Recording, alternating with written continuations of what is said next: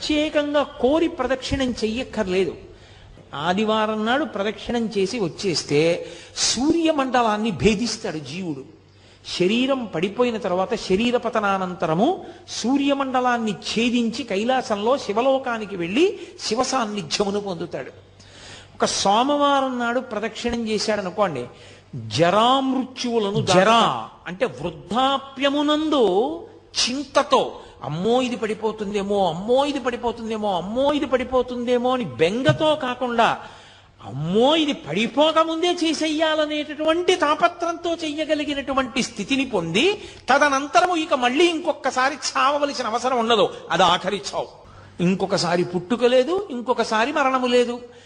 మంగళవారం నాడు ప్రదక్షిణం చేస్తే సార్వభౌముడవుతాడు అన్న మాటకు అర్థం చక్రవర్తి అంటే రాజ్య పరిపాలనే అనుకోక్కర్లేదు.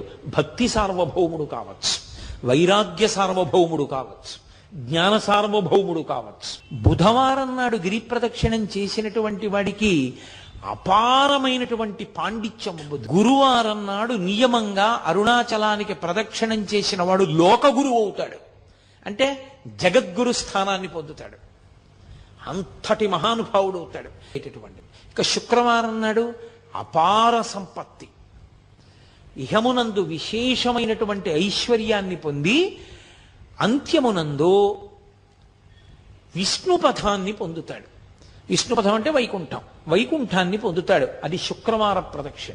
శాంతిని మించిన పరమైశ్వర్యం, తృప్తిని మించిన పరమైశ్వర్యం లోకంలో ఇంకోటి లేదు. శనివారం నాడు చేస్తే గ్రహపీడా విముక్తి.